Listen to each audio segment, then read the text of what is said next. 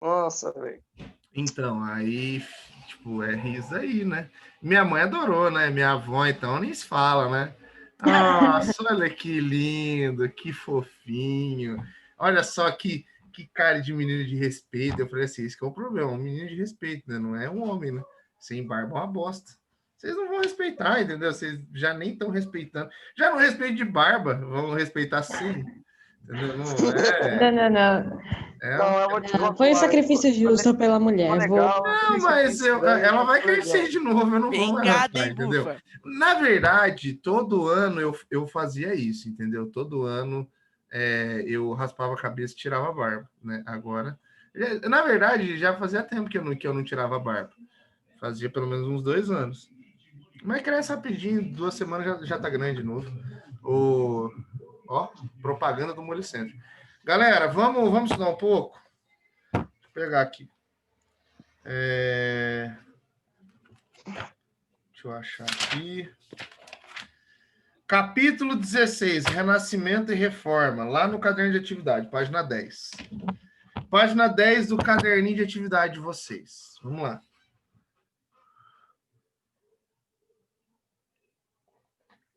Ó, a galera acertou a mão no café hoje, hein? Hoje tá bom. Vamos lá, galera. Vamos lá.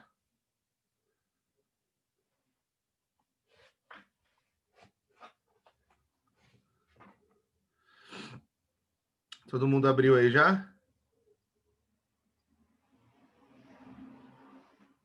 Página 10? Isso, caderno de atividades.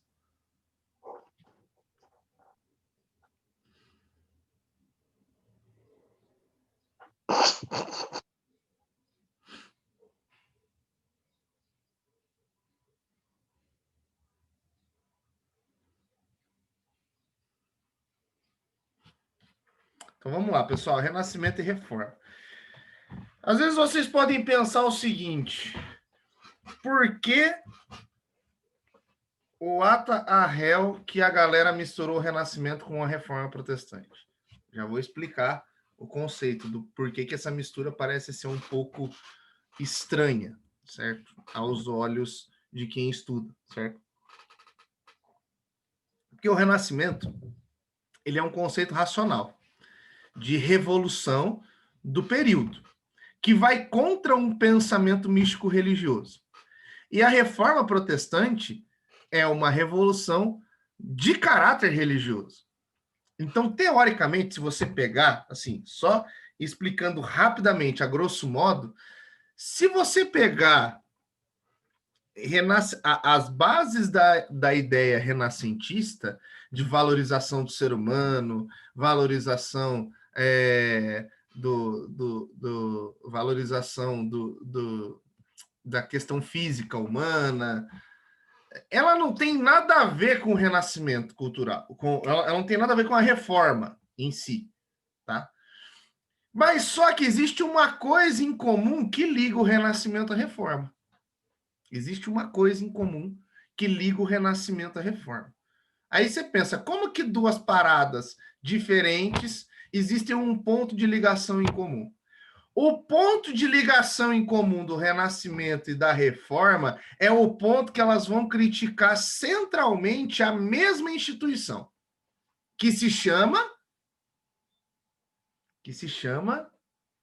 vamos lá, Igreja, muito obrigado, Igreja Católica Apostólica Romana, certo? Elas vão criticar centralmente a Igreja Católica Apostólica Romana, certo?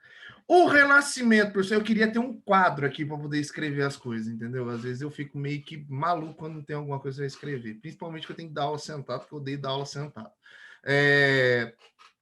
A gente vai ver, então, que o Renascimento, no seu segmento, ela faz uma crítica humanista, ela faz uma crítica racional, ela faz uma crítica ao modelo religioso. E a Reforma, ela faz uma crítica à instituição católica também. Só que é uma crítica para dentro daquilo que a igreja faz. Que a galera reformista vai dizer que a igreja católica faz errado, né? E só aproveitando aqui, eu gosto sempre de deixar muito claro isso, pessoal. todas as críticas que nós tecemos aqui é uma crítica à Igreja Católica medieval do século XV, tá? Nós não estamos falando mal da Igreja Católica dos dias de hoje, tá? O professor, apesar de ter um segmento cristão, o professor não faz proselitismo ao segmento cristão dele, certo? Por que eu gosto de deixar muito claro isso? Porque eu não quero causar nenhum tipo de repulsa ao conteúdo por causa da minha opinião em particular, entendeu? E vocês, claro, vocês são livres. Olha só, isso aqui é lindo, eu acho maravilhoso.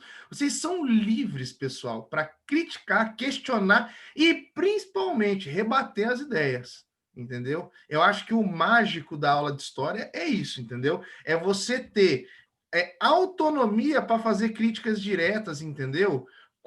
Claro, com fundamentos e bases sólidos, entendeu? Eu acho isso muito interessante. E, na verdade, a minha ideia é essa, é criar alunos que saibam criticar, entendeu? Eu não quero criar robôs que reproduzem o que eu digo, né? Mas eu quero provar que o que eu digo é algo muito importante. Então, assim, pelo fato de ser um conteúdo do século XV, existem coisas que vão acabar gerando muitas revoltas, entendeu? Já gostaria de acrescentar de antemão que as práticas que a Igreja Católica desenvolveu nessa época aqui foram práticas das quais ela se redimiu, são práticas das quais ela já reconheceu que ela errou e tudo mais, blá, blá, blá, aquela história toda que a gente sabe, tipo, que a galera já, tipo, se arrependeu, tá? Peraí, não foi nessa época que eles começaram a queimar protestantes? Não só protestantes, entendeu? Na verdade, eles queimavam todo mundo que era contra a ideia deles, né? Que é o que nós chamamos de Tribunal do Santo Ofício, né? Que, assim, o Tribunal do Santo Ofício, ele foi oficializado, né, a partir da Reforma Protestante, né? Que daí a gente vai ver que vai surgir um negócio chamado Contra-Reforma, né? Que é a reforma, abre aspas, a reforma da Igreja Católica, que na verdade não vai reformar nada, vai, tipo, só reafirmar a parada que eles faziam, e dentro disso eles vão criar duas coisas importantes, né? Só adiantando lá para o final do conteúdo, só para a gente poder explicar aqui, eles vão criar um negócio chamado Index, que é o Dex de livros proibidos, né? Eles vão proibir, né? Tipo, é óbvio, né? Tipo assim, por exemplo, que nem vamos supor que eu sou a Igreja Católica e a galera começa a escrever livros que criticam o professor Rafael.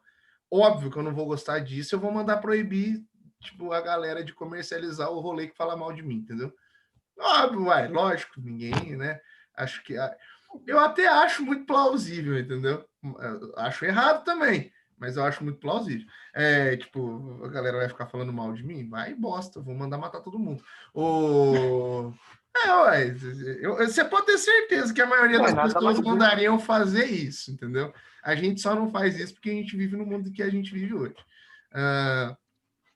E, pessoal, a segunda coisa que eles vão fazer, né, além de oficializar o Tribunal do Santo Ofício, eles vão criar a Companhia de Jesus, né? O Inácio de Loyola, que era um espanhol, ele vai criar a Companhia de Jesus. A Companhia de Jesus é o que vai fazer o missionário jesuíta, que vai ficar encarregado de levar o catolicismo para a América, certo? Por quê? Porque aqui existem várias chaves do nosso conteúdo aqui hoje. Por que a galera expande a religião católica para a América? Por quê? Vocês já pararam para pensar nisso? Por que a galera leva...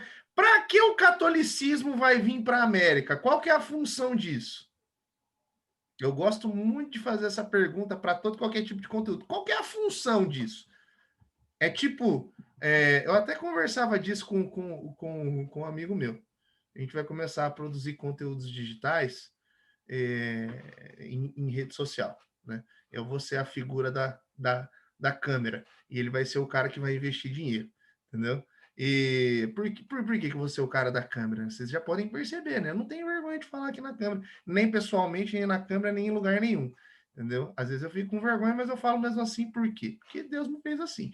Mas a gente estava conversando isso. Qual que é tipo assim, não basta só a gente ensinar, né? Porque ensinar aqui, chegar e passar o conteúdo de história, pô, é moleza, é fácil.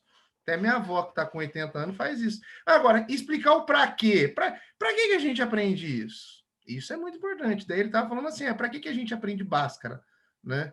Tipo, eu sou professor de história, eu particularmente eu não sei para que a gente aprende Bhaskara, mas eu sei, né, que Bhaskara leva a outros conceitos matemáticos que são essenciais na nossa vida. Então, só por isso já é muito importante para mim. Apesar de eu ser uma negação em matemática, eu tenho que aprender a fazer regrinha de 3 para abastecer o carro. Pelo menos, entendeu? Então, isso é importante na minha vida. Então, retomando aqui, para que levar católico para a América? Alguém faz alguma ideia disso? Do para que levar católico para a América? Para a igreja conseguir mais poder com o catolicismo? Isso. Como é que a igreja consegue mais poder levando o catolicismo para a América? Catequizando as pessoas? Oi? Catequizando as pessoas? Catequizando as pessoas. Quando você catequiza pessoas, você está expandindo o universo religioso. Você está expandindo o universo religioso, o que significa? O que é expansão no universo religioso? Você está criando uma teoria mais robusta do rolê? Não, você não está criando teoria nada. Você está só divulgando o rolê para mais pessoas. E quanto mais pessoas, maior o negócio fica. Quanto maior o negócio fica, mais repercussão e mais peso você vai ter. Entendeu? Você pode, presta atenção nisso, pessoal. Você pode ter uma puta ideia massa pra caramba. Se ninguém aderir à sua ideia não passa de nada. Essa é a verdade. Entendeu? Por mais triste que seja, você pode ter uma ideia maravilhosamente bem, boa, ótima. É uma ideia que vai revolucionar o mundo. Vai matar a fome na África. Se ninguém aderir à sua ideia, meu amigo, não tem peso, não tem valor, entendeu? Claro, eu não estou falando que a sua ideia não tem valor, eu estou falando que quando não existe adesão de pessoas, isso faz com que só tenha valor para você, entendeu? E é mais ou menos aquele negócio, né? Sabe quando você tem um carro, o primeiro carro que você compra e ele tem muito valor para você, mas ele não passa de uma lata velha, entendeu? Ele tem muito valor para você, mas é só para você, meu amigo. Não tem mais para mais ninguém, entendeu? Então, assim, por que a Igreja Católica precisa expandir os seus domínios? Porque, horas, a Europa está completamente contaminada dos preceitos reformistas. A Alemanha já não era mais... E detalhe, não existia a Alemanha aqui, tá? Existiam os reinados alemãos, tá? Principados, ducados... Como é que fala o outro lá? Esqueci agora o nome. Mas, assim, era a Confederação Germânica, né? A Confederação do Reno e depois a Confederação Germânica, era composto por 39 territórios. 39 entre reinados, principados, ducados e afins. Entendeu? E dentro desses territórios, quem comandava o rolê todo era a Áustria e a Prússia, tá? A Prússia que posteriormente vai se tornar a Alemanha, certo? Então, vai existir até um concílio dos príncipes alemães para romper com o catolicismo e romper com o domínio do Carlos, eu não acho que é Carlos V, a apostila que fala do Sacro Império Romano Germânico, né? Para romper com o catolicismo, porque eles queriam mais liberdade política.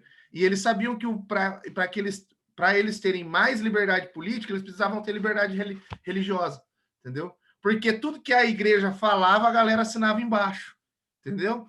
Olha só como é que o conceito religioso ele influencia na questão política. Entendeu? Então, a gente vai observar aqui que a Europa... Aí você pega lá a Inglaterra, por exemplo, criou uma igreja anglicana. Os caras mudaram do catolicismo para o protestantismo por causa de questões políticas, óbvio, né? Governante, quando muda a questão religiosa, não é porque ele se tornou um religioso, é porque ele quer resolver questões políticas, tá? Quem muda por questões religiosas somos nós. pessoas, meros mortais, que não estamos no acesso político, entendeu? A gente muda por causa dos preceitos religiosos. Agora, quem está no poder muda por causa da questão política. E aí vocês podem pensar assim, mas por que cargas d'água? A religião ela é tão importante para o conceito político? Porque nós vamos observar que desde os primórdios da humanidade, conforme ia crescendo a estrutura política, também ia crescendo uma estrutura religiosa junto. Vocês já pararam para pensar que o Brasil ele é historicamente construído em cima de conceitos religiosos? Prestem atenção no que eu vou dizer para vocês e não interpretem mal o professor, mas não, assim, o Brasil ele é um estado laico, ok? Ele é um estado laico e estado laico significa ser neutro às religiões. Mas não existe, por exemplo, a ideia de você tirar das repartições públicas o crucifixo, por exemplo. Porque o crucifixo ele não é uma questão religiosa, ele é uma questão histórica. Percebam a diferença? Questão religiosa, questão histórica. Se a gente for levar ao pé da letra o que os laicistas dizem, a gente tem que mudar o nome do estado de São Paulo. São Paulo faz referência a um santo. São Luís, Santo Antônio. Você imagina o tanto de cidade que não tem São antes. Você tá entendendo? Então, parte de um conceito parte de um conceito histórico, não é questão religiosa. Então, o Brasil, as bases do Brasil, por exemplo, isso, só fazendo um exemplo aqui, as bases do Brasil ela é constituída em cima de um conceito religioso que já não é mais nem religioso, é um conceito histórico. E quando a gente fala de conceito histórico a gente não muda. Entendeu? Conceito histórico a gente não muda. Não tem como a gente negar a história da religião na nossa nação. Não tem como. Seria abdicar da história. E isso é errado, né? Como bom professor de história, isso é errado. Você abdicar do conceito histórico, entendeu?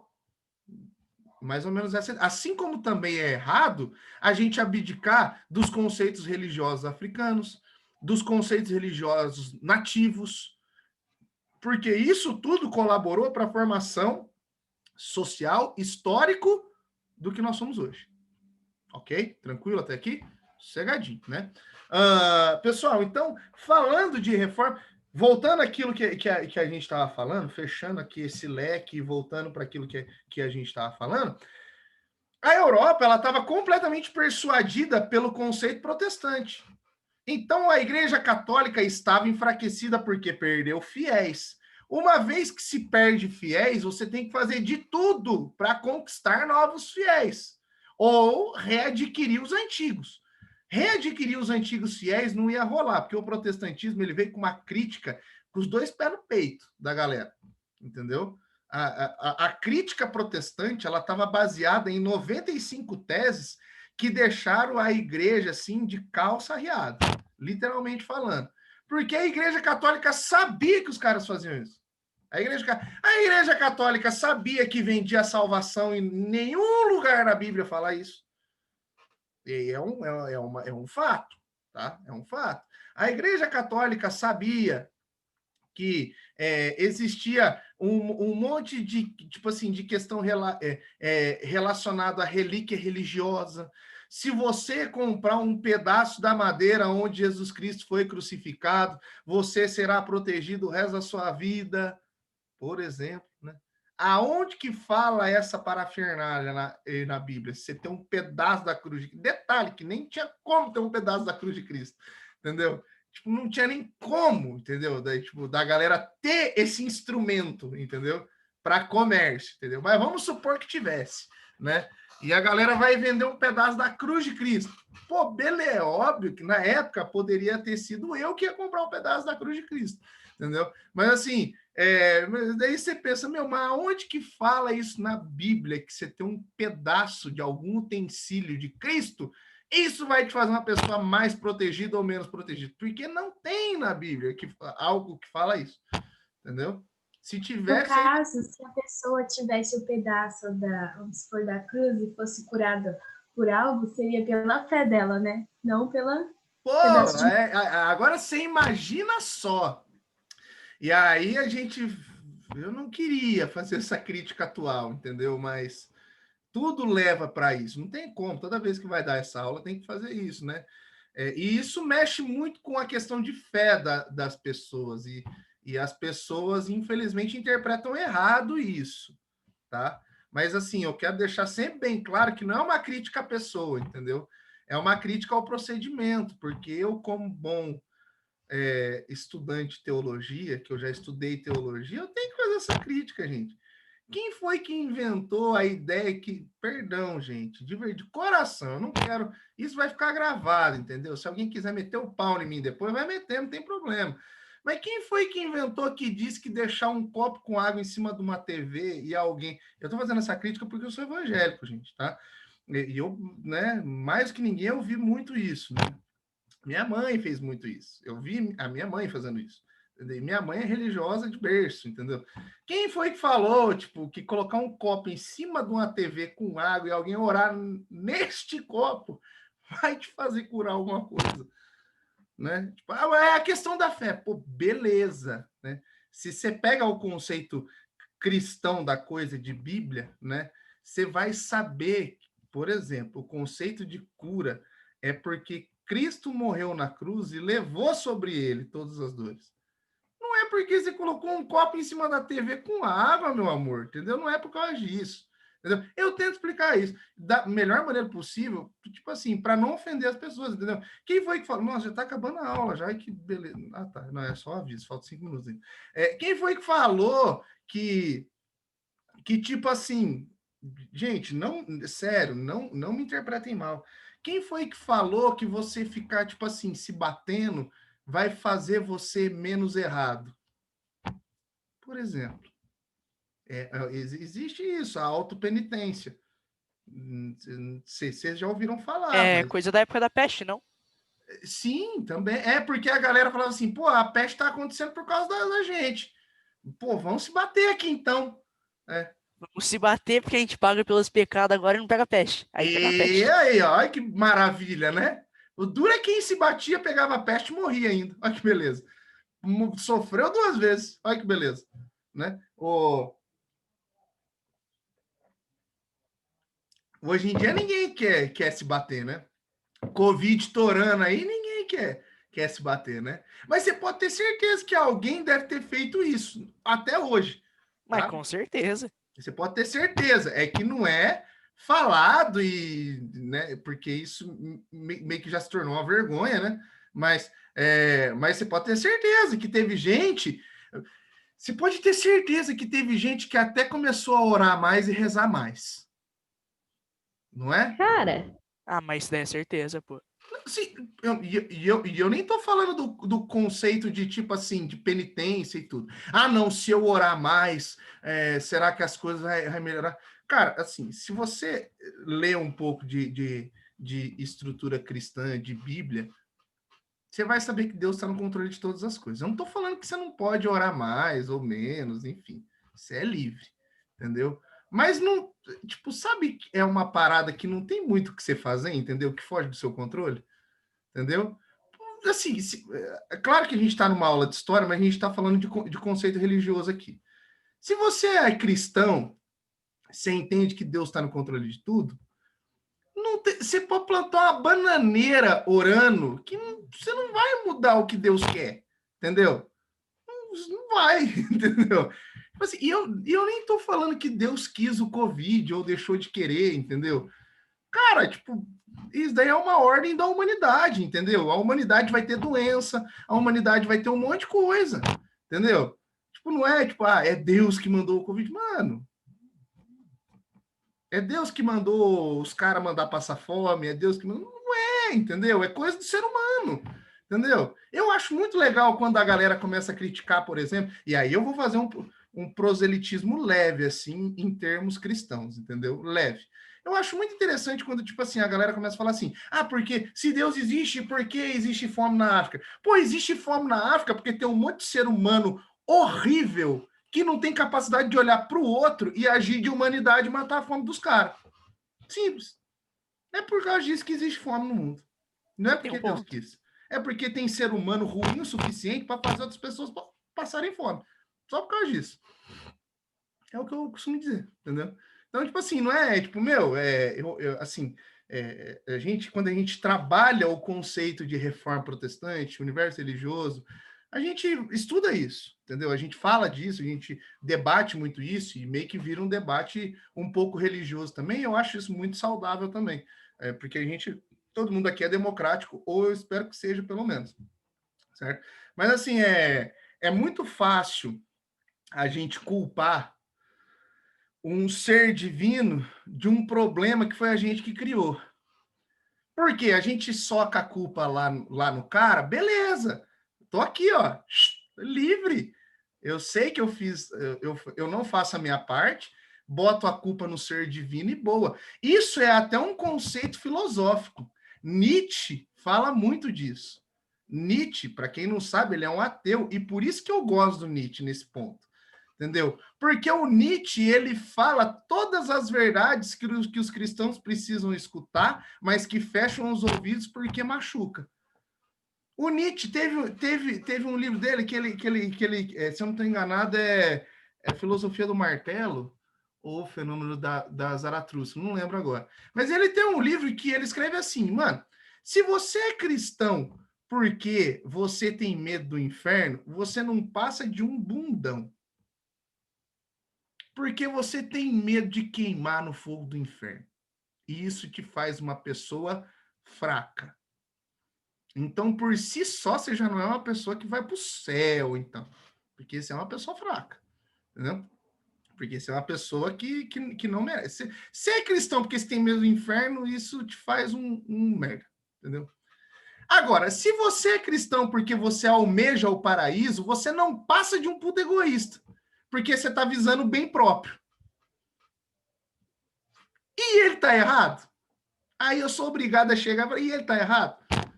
Porque o conceito cristão é que você é cristão é porque você entendeu o que Jesus fez, você entende que você precisa de uma mudança de vida. E não que você almeja alguma coisa, algum benefício. Entendeu? É mais ou menos essa a ideia.